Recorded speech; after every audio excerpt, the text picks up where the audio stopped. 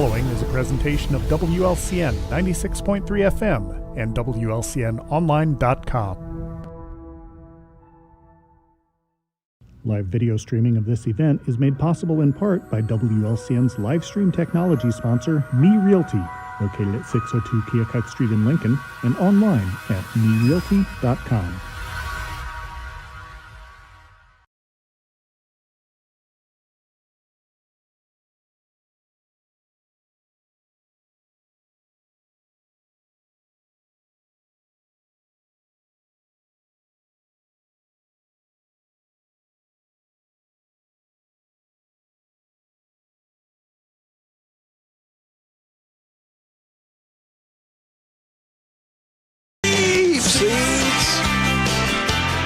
Well, good morning, sports fans.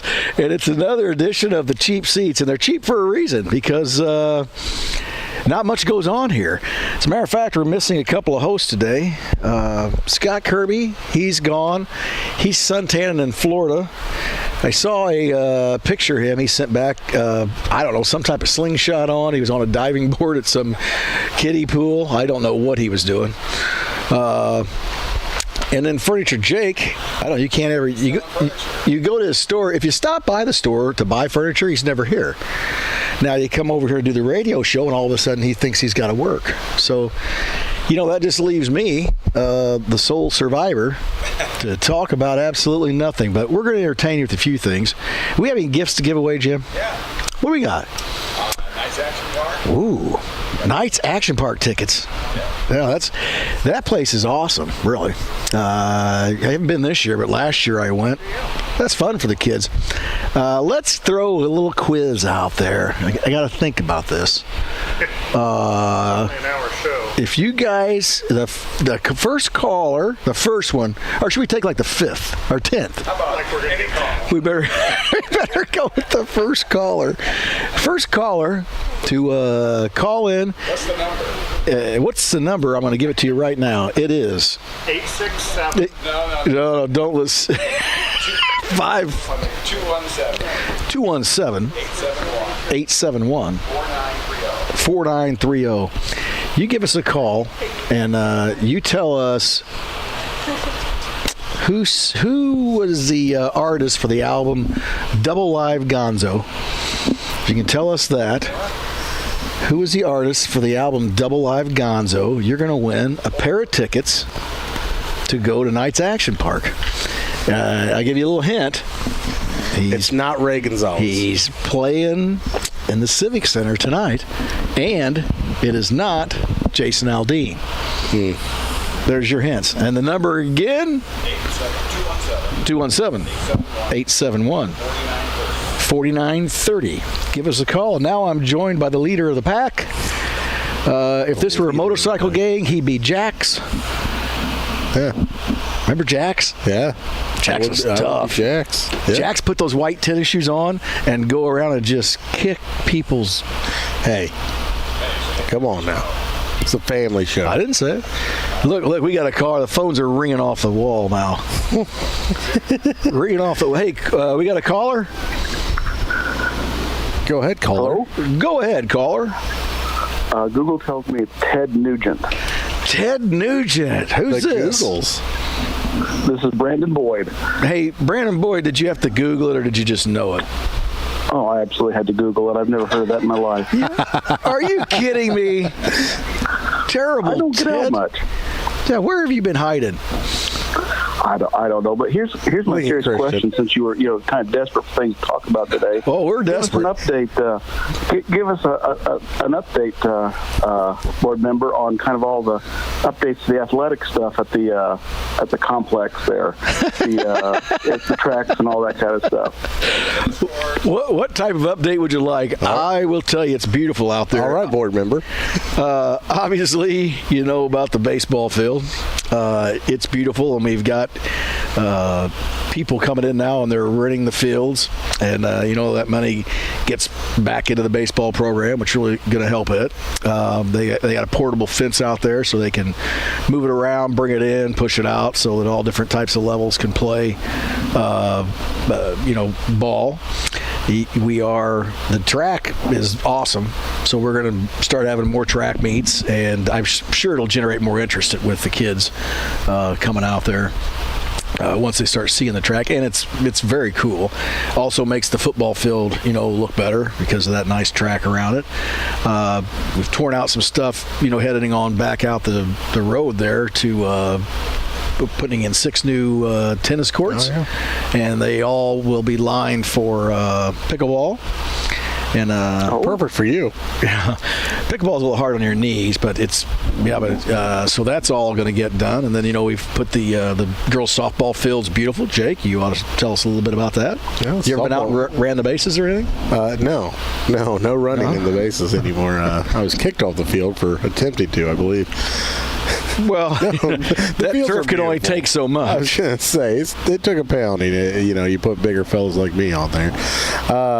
No, the softball field looks great. The dugouts, I think, what are they doing? They put some outdoor restrooms out there, which is really nice. And restrooms. I think they're talking about putting in some concession stands, right? Permanent concession stands. Yeah, and outdoor bathrooms. That for years you just had to run off and hide somewhere, I guess. And now we finally have some. Is that what you did?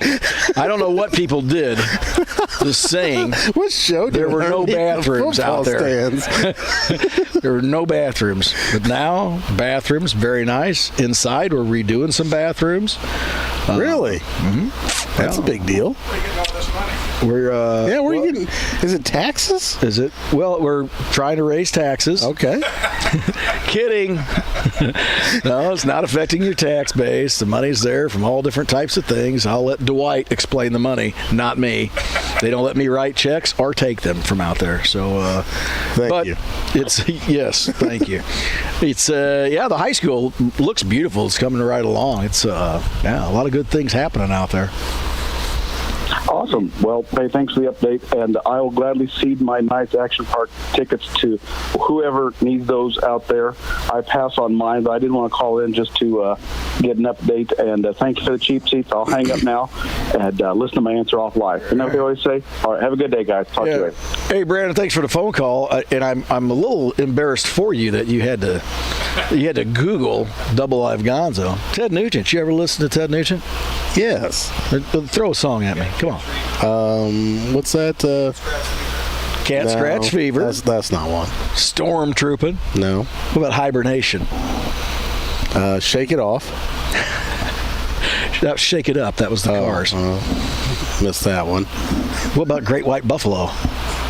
Come on, man. Great White Buffalo. Can't say Great White Buffalo. We have any of those? Whisper. You don't have any of those clips for you to play. You only whisper Great White Buffalo. You never say it out loud.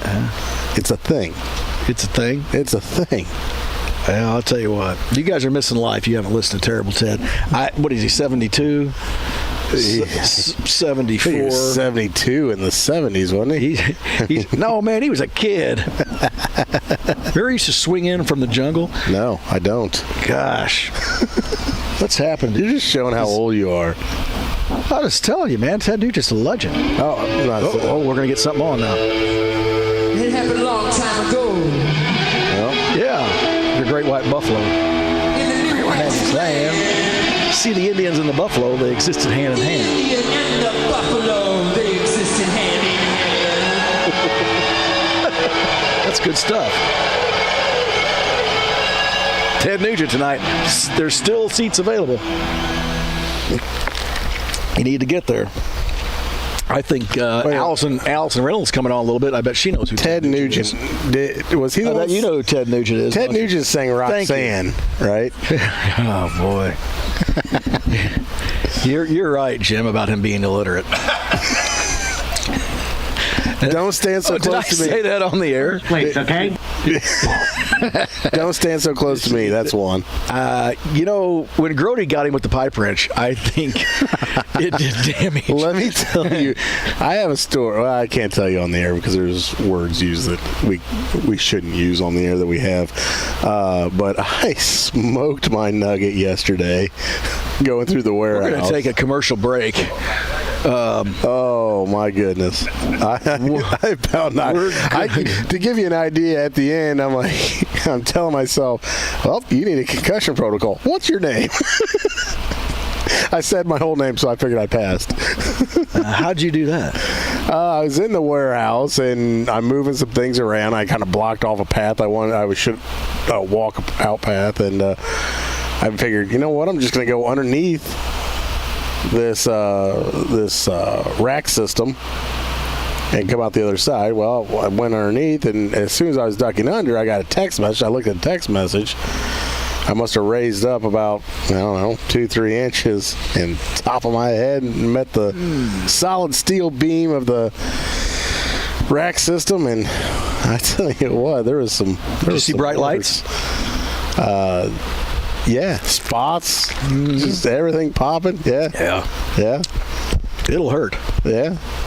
It does. Still hurts. But we should have another caller try to call in and get those Brandon's tickets. You know? The beer that made Milwaukee famous. If you can call and tell us, and our number is 217-871. Wait for it. 4930. You give us a call and tell us what made the beer. What beer made Milwaukee famous? I can't. It's hear not you. Duff's. You need a mic. Why don't you have a mic? It's not Duff's beer, right? No, Duff. That made Homer. That made Homer very famous. Helped him get the job at the power plant, I think. Yep. So, Jake, tell us a little bit about you. You've been running around this morning, acting like you've been working. Yeah. The show started. You weren't here. Well, I had a customer up front there looking for a recliner, and I don't know. He sounds like he's coming back after he gets his groceries because he felt bad I was missing the show.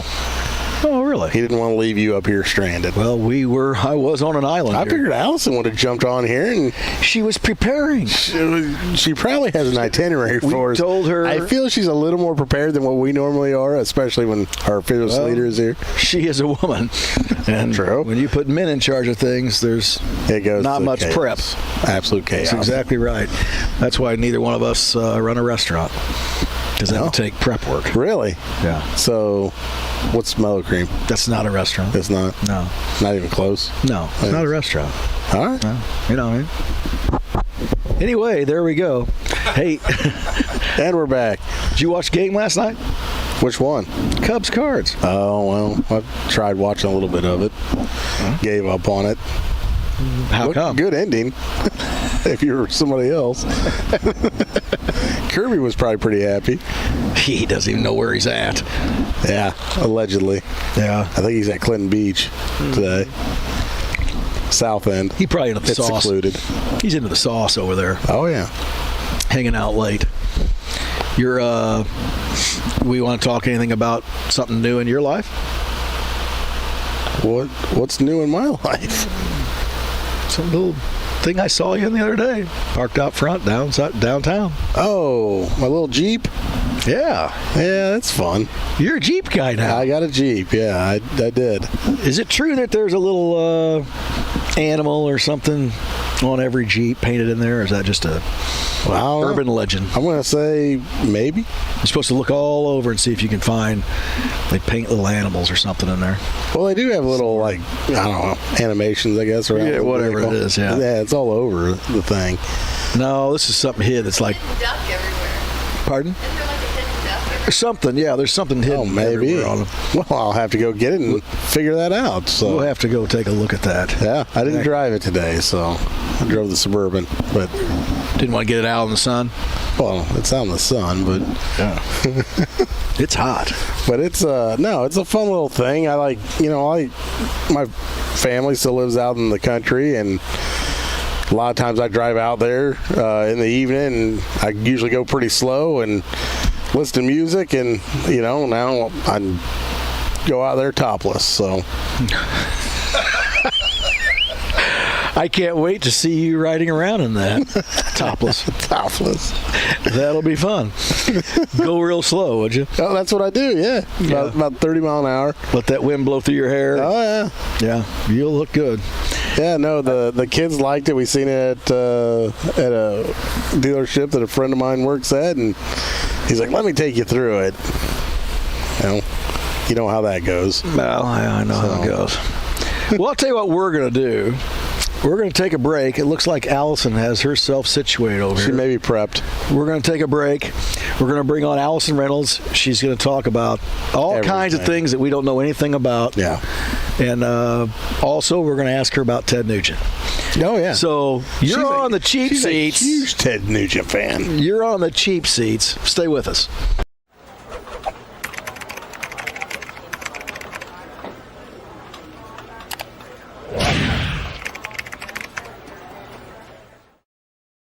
It's something about having that piece of paper. Some people think that's worth more than my skills. I've run this place for 20 years, but I still need to prove that I'm more than what you see on paper. You just gotta be so good they can't ignore you. It's the way my mind works. I have a very mechanical brain. Analytics and empathy. That's how I've gained clients. I am more. I'm more than who I am on paper.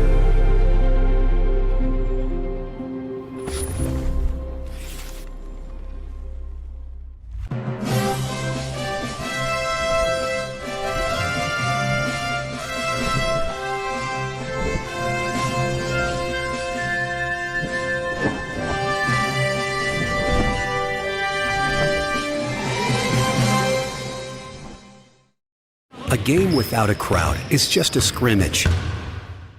A performance without an audience is just a rehearsal. Without your presence, high school sports and the performing arts aren't possible. Ensure that these essential extracurricular activities continue to enrich the lives of students in Illinois. Purchase a ticket to your local high school's game or performance. This message presented by the IHSA and the Illinois Athletic Directors Association. Video streaming of this event is made possible in part by WLCN's live stream technology sponsor, Me Realty, located at 602 Keokuk Street in Lincoln and online at merealty.com.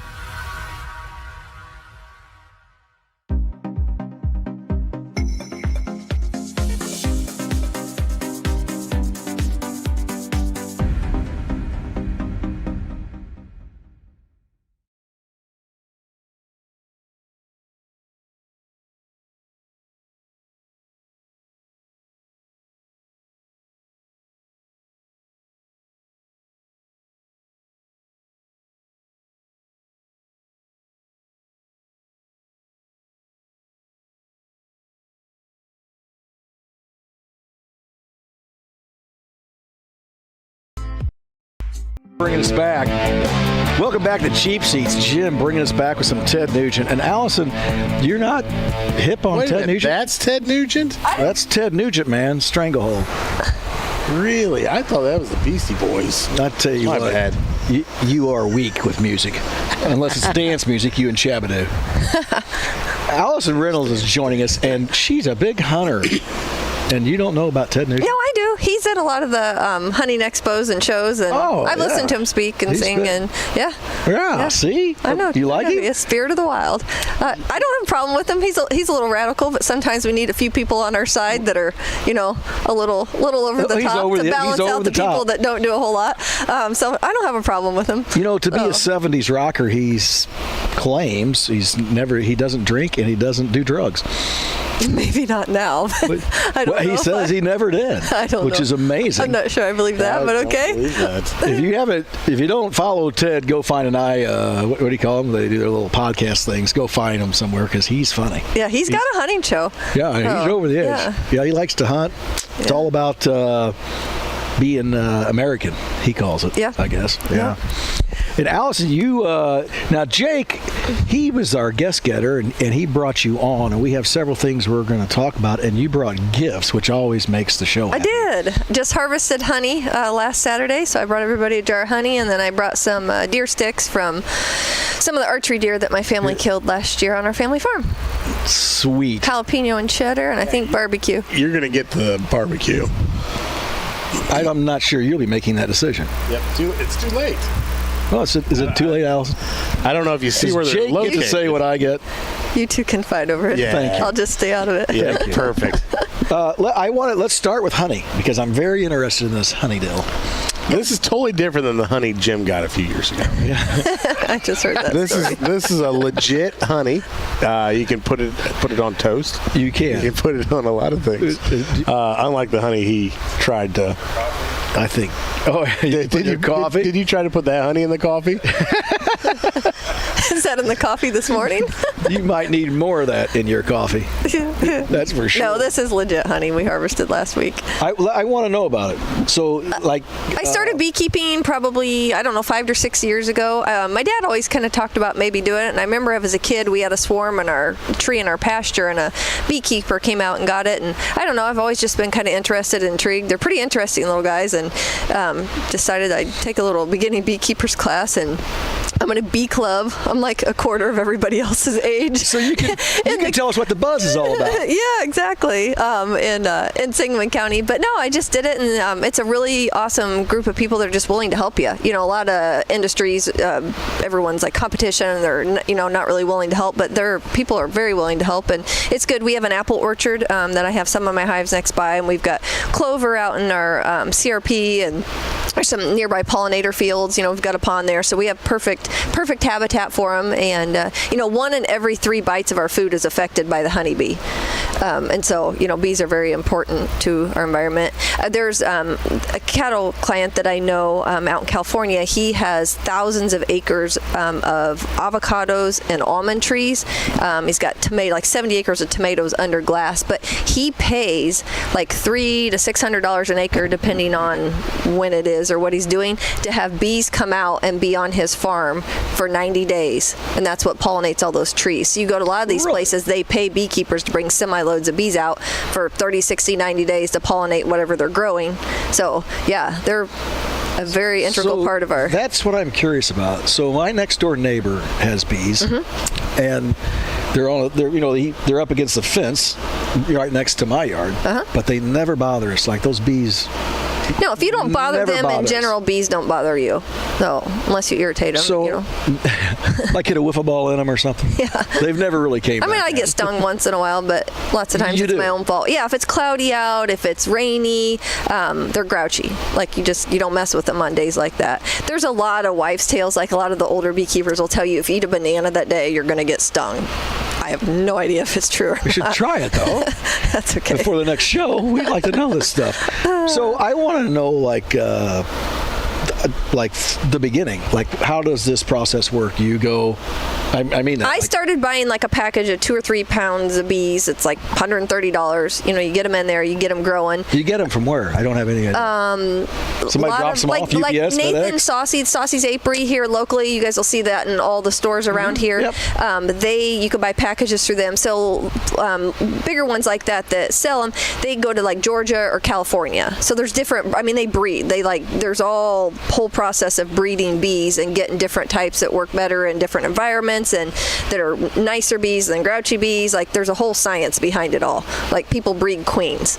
So anyways, you start out that way, or you buy a nuke that's a little more established, and then you got to feed them in the spring and when there's a dearth. And there's usually the spring, summer nectar flow, and then there's a fall nectar flow. Right now there's a dearth, and so here the fall flow will come up, and then I should be able to get a fall harvest. You said a lot of things right there that were may as well have been a foreign language to both Jake and I. And I think these two clowns here, he's sleeping.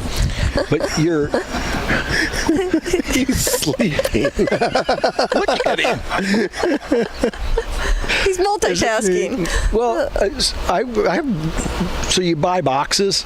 You buy packages of bees. You get a box that has 1 queen and like thousands of bees in it, and you start from there. But did you have to get your bee stands, your bee homes? The frames and the hives and you purchase that. Some I've made them. I've got a couple friends that started when I did. They built some of the stuff. We built some together. It just depends. Like, I'm trying to think if Joe thought they appeared from the ground. No, but there are wild swarms. Like, people call me and say there's a swarm, and you can go get them and catch them and try to cap. Yeah. Like, I had a swarm or a hive swarm 2 weeks ago. Like, I lost a hive. I wasn't quick enough, and I didn't give enough room to lay eggs. So they moved. Yeah, they just took off.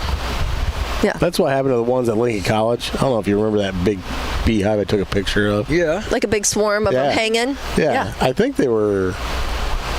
What was his name? Jim Youngquist.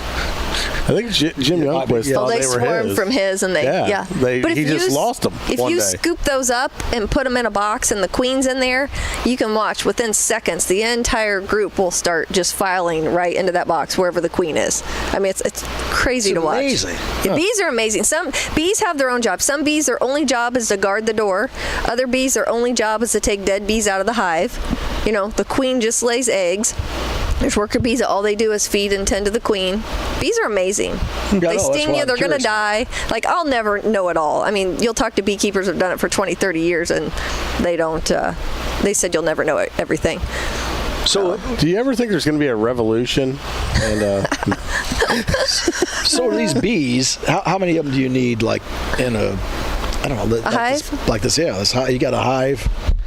I'm just looking at my neighbors, and it's like, I don't know, it's like this wide and probably this tall. Yeah, and then you add honey supers on as the, as they build up honey, and then obviously some of those will come down when you harvest. They lay eggs and they cap the brood, they hatch out. You got to give them enough room to lay eggs and, keep the hive populated. So let's talk about going in and getting the honey then. When you harvest. I like this word harvest. Yeah. So when you go to harvest this honey, how do you do that? Pull the frames out. I do it a couple days ahead of time and put them in these. I got these new boxes this year called the Hive Butler. Put them in there so you're not fighting bees when you're trying to harvest. Like, because you take them out. Like one year, we were going to harvest. Things got busy at the farm. We didn't do it that night. I let them sit out for 2 days in the boxes. I had lids, but they weren't. There's little ways they could get in. I come back like 2-3 days later. They had went and stolen all the honey, like hundreds of pounds, and taken it back to the hives. Frustrating, super frustrating. So anyways, now I have better container systems too. You can dump a lot of money into bees. Like, we lost all of our bees over the winter. Two winters ago, froze out, who knows, disease, starved, all kinds of reasons. I hadn't even got to that question yet. What do you do? But it cost us $2,500 to buy new bees, right? So it can get very expensive. So you kind of start out slowly and you get more cool stuff that makes it a little bit easier as you go. Because it's not a money-making project. So what do you do with them in the winter? They stay in their boxes. Like, they flap their wings and keep their hive at a constant temperature at all times. So if you have a bunch of dead space in there, they have to work a lot harder to keep it. So you condense it down. You make sure you do mite treatments in the fall so they're going in healthy. Lots of people will pinch off their queen in the fall. I have not done that, to have a new, young, healthy, strong queen going into the winter. And then I feed them. Like, I have these feeder systems in top that have sugar or sugar water in them. I give them pollen patties so they have some protein. So there's a lot of things you can do. This year we blocked 3 sides of them with hay bales, straw bales. So there's things you can do to... But you don't have to give them any heat. No. Some people wrap or insulate them, but moisture is a big problem. So they have to be able to breathe. You can't tighten them up too much. So let's go back to the harvest. Mm-hmm. So you pull the frames out. You got to put all this gear up. My grandpa used to have bees when I was a little kid, and he would put on the whole big thing and the gloves and the mask, and the bees would be like all over him, and he would do stuff. I used to be kind of brave and just put a hat or gloves on, but I've gotten stung quite a bit, and I think I'm allergic to it because I swell up huge and I'm miserable for a week. So I wear my bee suit like 99.9% of the time now. How much does the bee suit cost? So we've got some more money there. $200-$300. Oh, I just wore out my first pair of gloves. I had to get a new pair of gloves. They're like $20-$30. I'll tell you right now. So they do $200 or $300. Joe's out. So they do. Well, I don't know. You never know. So they do get all over you when you're getting. Yeah. Oh yeah. Yeah. But they're. And then what makes them go back in? Like, what makes them get off of you? They just will. They'll go back to where the queen is. We're not leaving the queen, man. Yeah. But you pull the frames out and you put them in a centrifuge and then spin it out, filter it twice, and then you bottle it. Sounds easy. It's kind of a fun process. One of my brothers and his wife came up and helped us. So, yeah. Very interesting. How do you know which one the queen is? She's bigger. Some people mark them. I don't mark mine just because I don't. Magic marker, spray paint? And like a paint marker. Yep. They'll put like a dot on there so she's easy, but she's bigger than the rest of them. She's that much bigger than the rest of them. I can see Joe getting a... And so But they, before she goes on her mating flight, she'll puke and not eat a bunch to shrink herself down so she's lighter to fly. Like, the number one predator of a honeybee, they really do. They're amazing. The number one predator of a honeybee is a dragonfly. Like, beekeepers, I don't really care. Beekeepers do not like dragonflies. But yeah, they'll shrink themselves down so they have an easier flight to go out and mate and come back. Yep. And if the queen dies, they create their own new queen cells. So the first one that hatches is the one that will more than likely kill the other ones as they hatch out, or they fight, and whoever wins is the queen. So, really? Yeah, they're pretty amazing. So. They have these shows like on TV. You learn a lot of this like from YouTube or whatever, and I watch hidden camera inside, and you watch all this go on. I watch a lot of YouTube videos on bees, and there's people that have like online classes you can subscribe to and take and read a lot. So, anyways, yeah, it's good for the environment, good for pollination. So, kind of nice to have. It's good for our apple orchard next door. So. Yeah. So, and you said how many pounds of honey do you get when you? It just depends on the year, the weather. This year? No.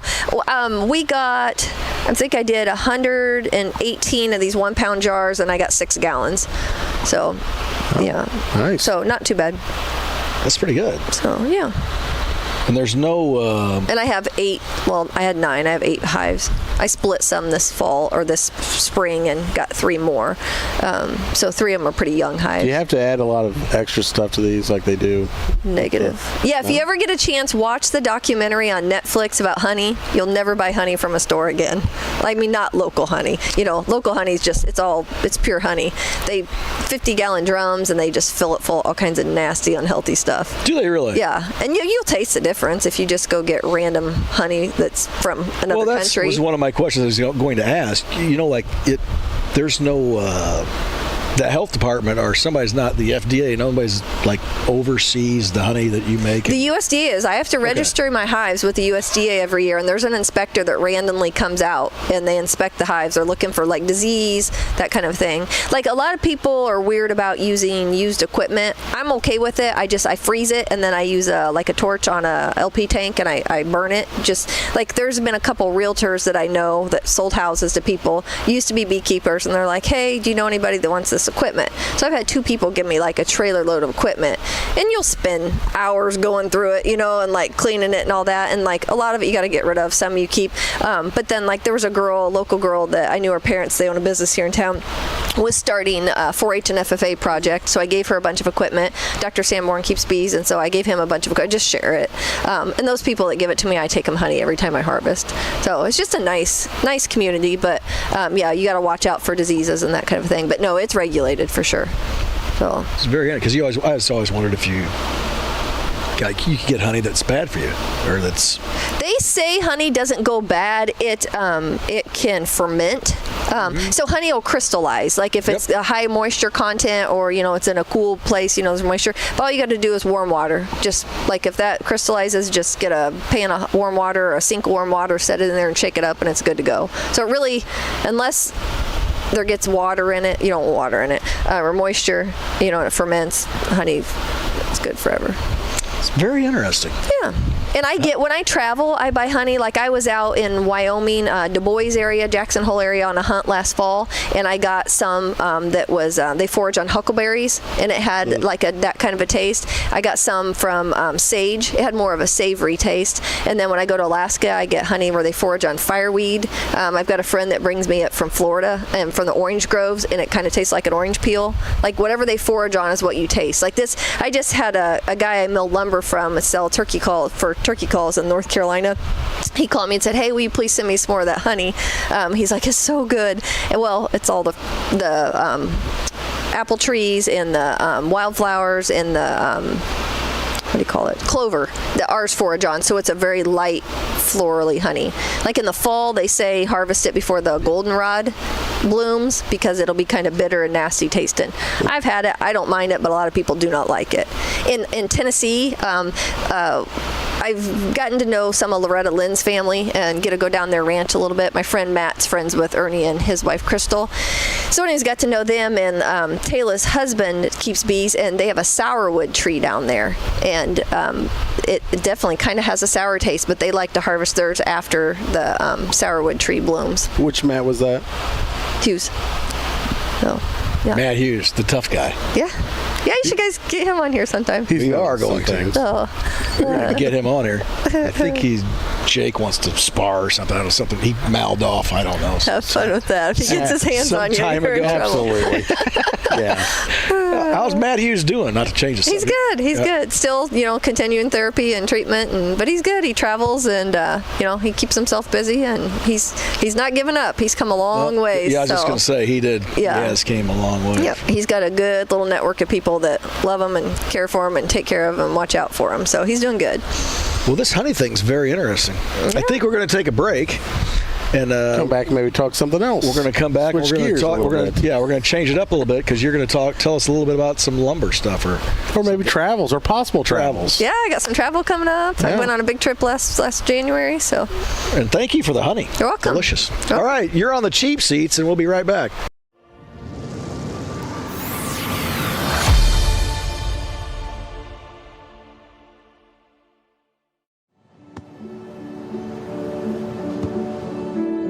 I don't remember how it started. Go to that. Our back and forth. It always came back. Dad! You probably don't remember what you told me. That was perfect. But I heard every word.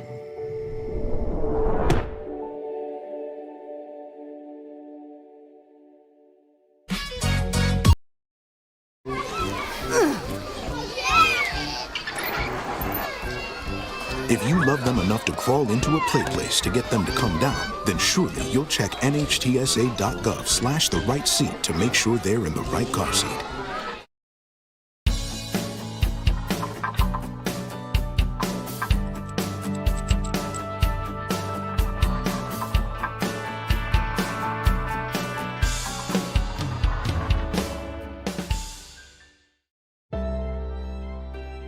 If you're an ally of this community, speak out.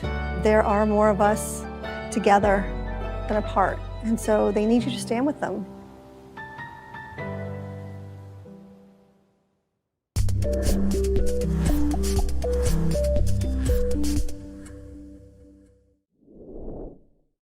Every day, thousands of kids start vaping. So if you want to talk to your kids, you got to get it trending.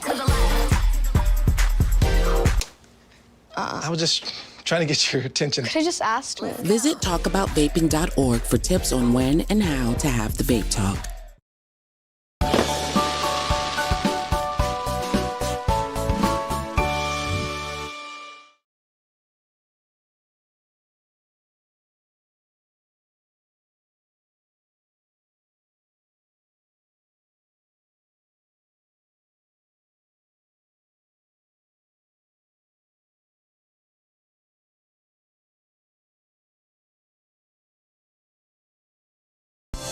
This is Lauren Wallace, and you're listening to Cheap Seats with Joe, Jake, Jim, Lloyd, and Scott on 96.3 FM.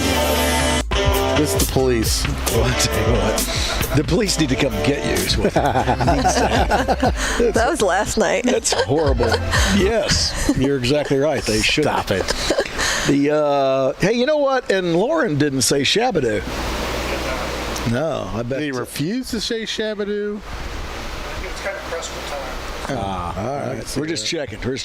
Welcome back to Cheap Seats, and visiting with us is Allison Reynolds, and we've been talking about honey. If you have a question about honey, give us a jingle, and that number is 217-871-4930. There you go. Allison, you taking calls today? Let's not, because I probably don't know the answer.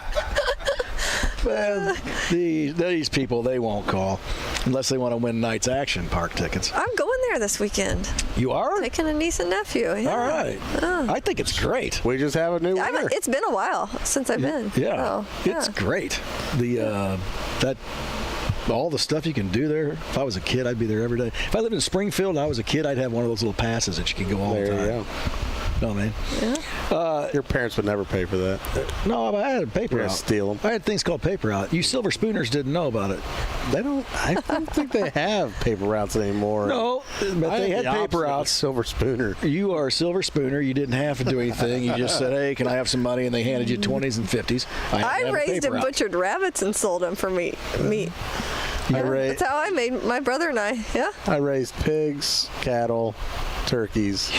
Didn't I had to bale hay every day. You didn't raise your hand in kindergarten. You did not raise. I definitely did not raise my hand in kindergarten. You didn't know any answers unless the potty time hand. Just a little bit late. I've got to run home. Good thing we were right next to the school. They don't let you in kindergarten anymore if you poop your pants. No, he was in timeout a lot. Yes. Stink out.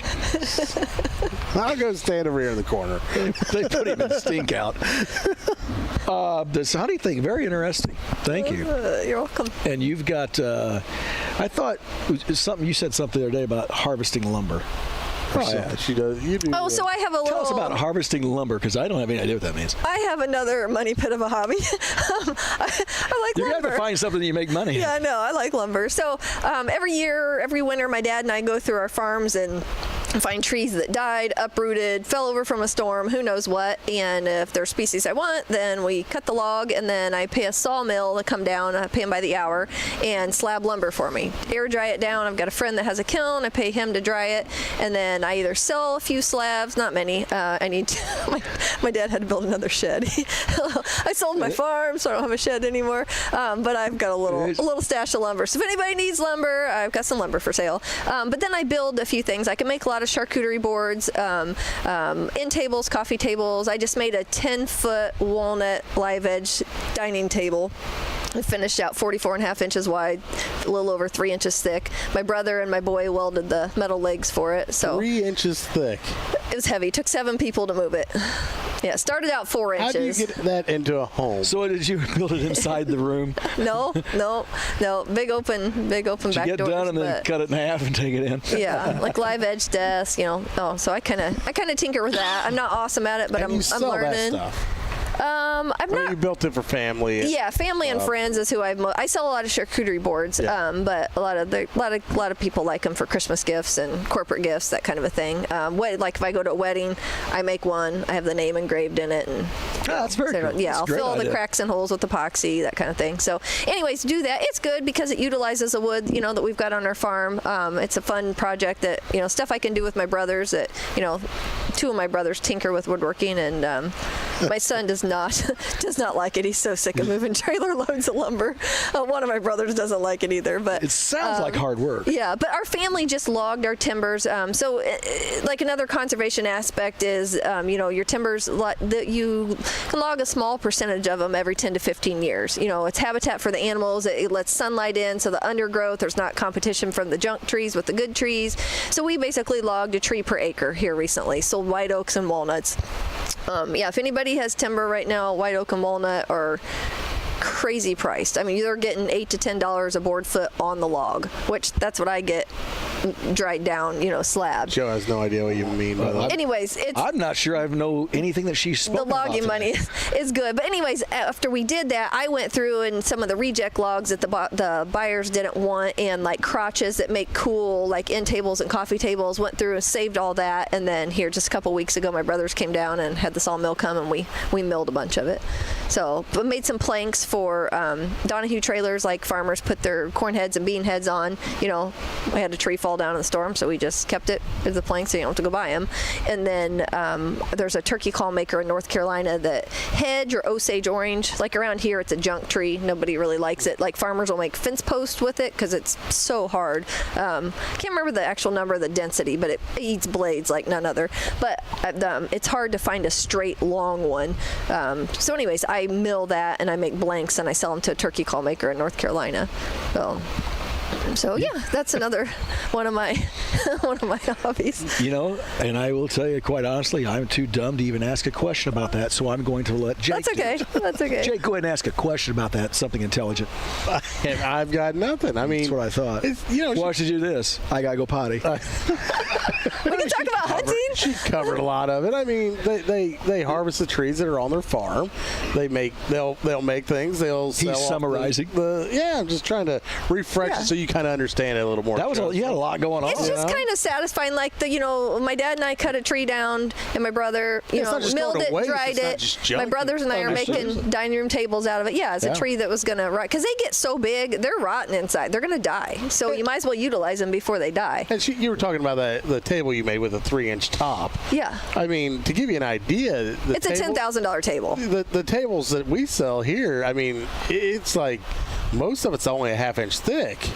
It has an outside edge to it that brings out to maybe 2 inch or whatever, but it's usually only about a 1/2 inch, 3/4 inch. That's why when you said the 3-inch thick, that's like it's a beast. I'm telling you, to lift that thing, it was terrible working on. It had to be awful. It was just like and I had two I joined. No, just some cracks and holes. Okay. So how big is it? 10 foot long, 44.5 inches wide, 3 inches thick. So it's a beast. $10,000 to $20,000 table to I could have sold the 2 slabs for $4,200 without the rest of it. I had $409 in metal and $200 in stain, and I follow a guy. I follow a guy on TikTok that made kind of a similar table, and it was purchased and sent. It took 1 year to make it. He sent it to a couple in Europe. They paid $28,000 for it. Yeah, with a metal base, kind of a cool base. The base was really cool, but I mean, because you got to basically they say 1 inch per year to dry down. Yeah. So I had to let this tree dry for several years before I could put it in the kiln because I cut them 4 inches thick. They started out 16 foot long.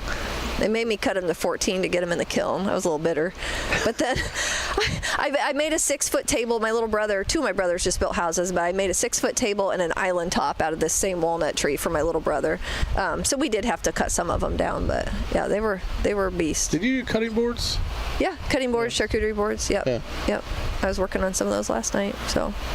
There you go. Yep. I think I'm going to buy one. Oh. All right. Sign him up. See, there you go. You've already sold something here today.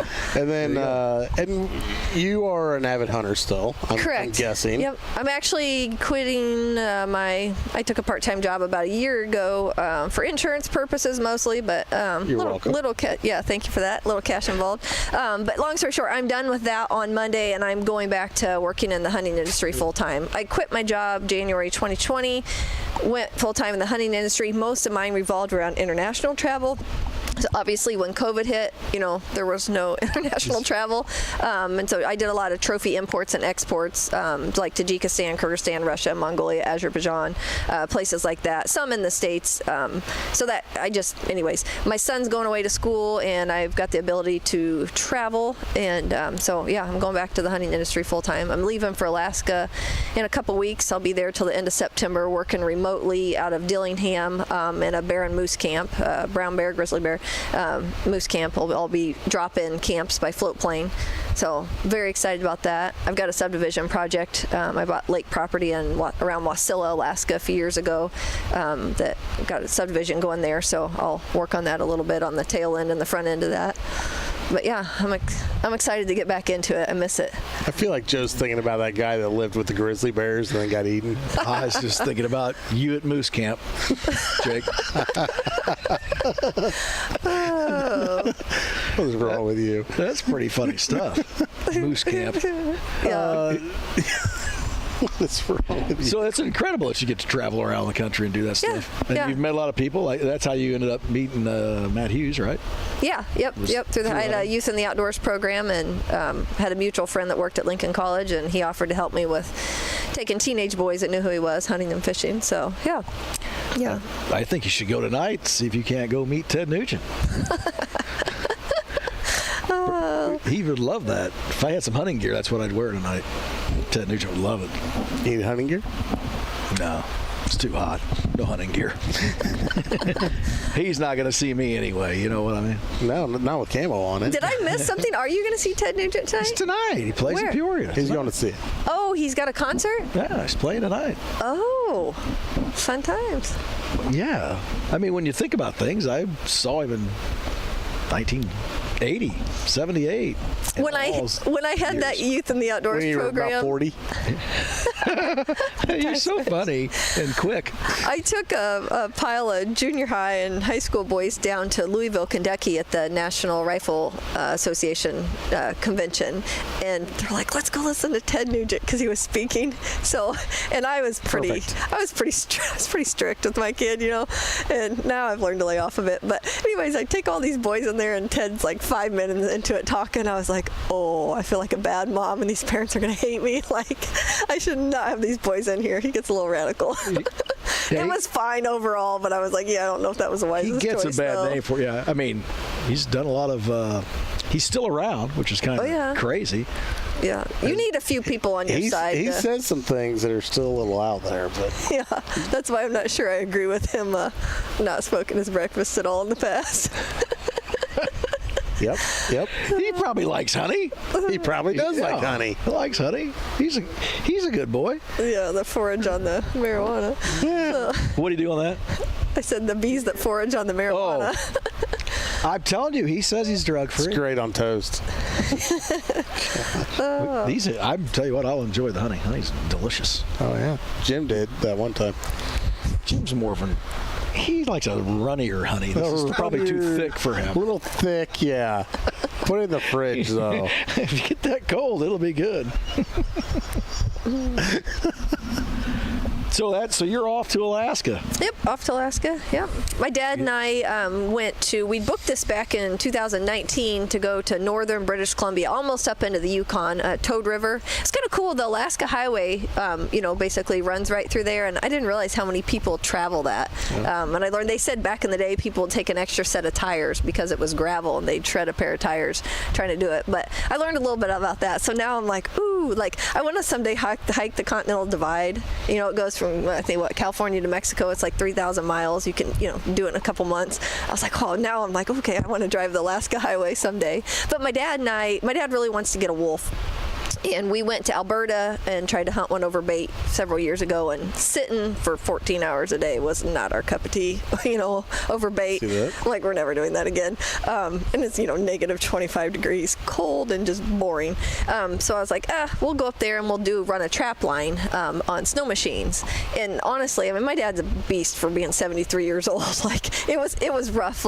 Being flatlanders and snowmobiling around here, you're driving across a field, right? And we'd never really used snow machines before, but yeah, we put in 10, 12, 13-hour days in the mountains up there, trying to get lynx, wolverine, wolf. We tried calling in lynx and shooting them, but yeah, it was a pretty cool trip.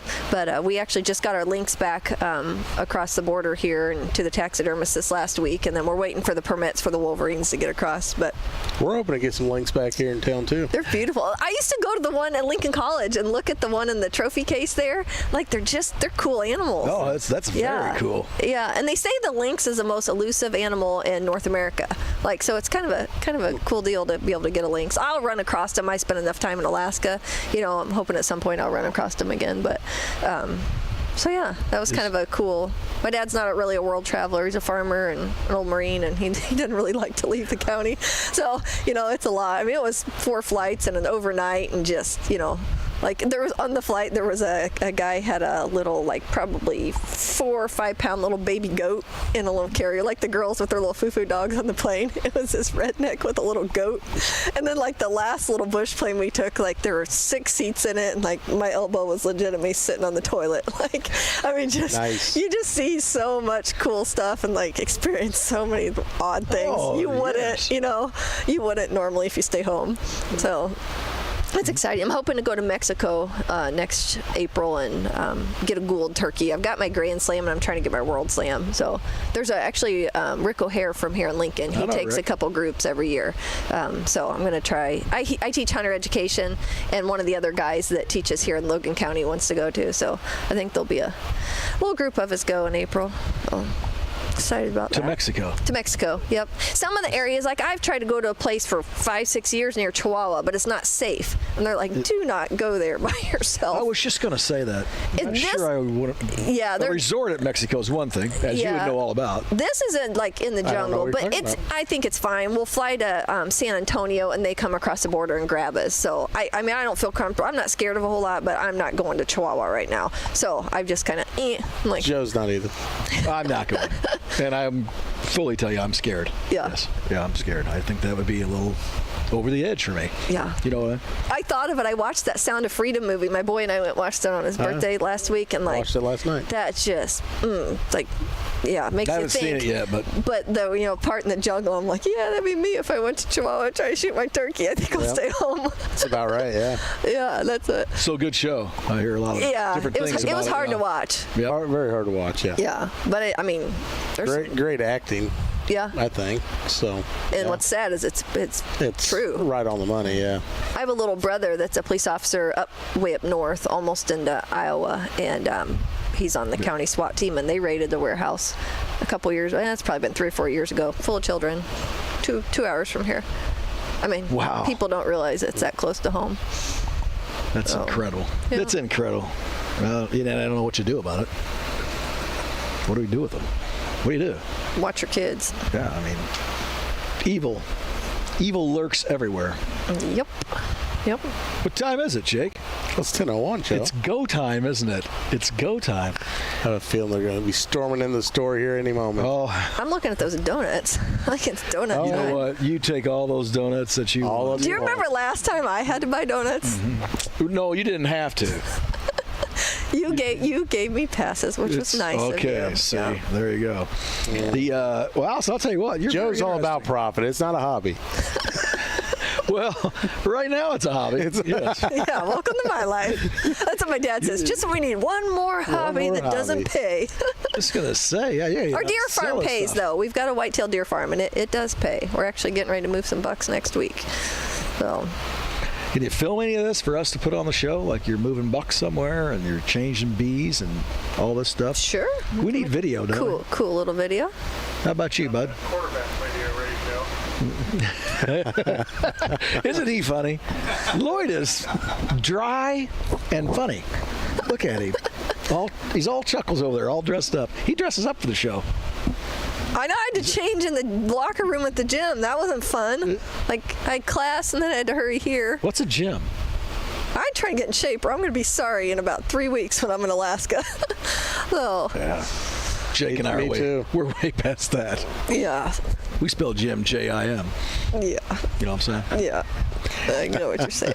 Well, I'll tell you what. I want to, thanks for coming on. Thanks for the honey. You're welcome. All the stuff you brought. We got gifts. Not a lot of guests bring us gifts, so you're one of a kind. Thanks. This will be delicious. And you got some interesting stuff going on, so we'll have to have you back on. Oh, yeah, she's got some other travel plans we might want to talk about next time. Isn't he funny? Yeah. Yes, he's very funny.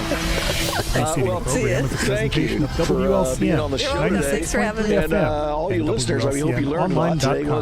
And hunting's a sport. Absolutely, and that's what the other one she's planning on doing. This event is made possible in part by WLCN's live stream technology sponsor, Me Realty, located at 602 Keokuk Street in Lincoln, and online at merealty.com.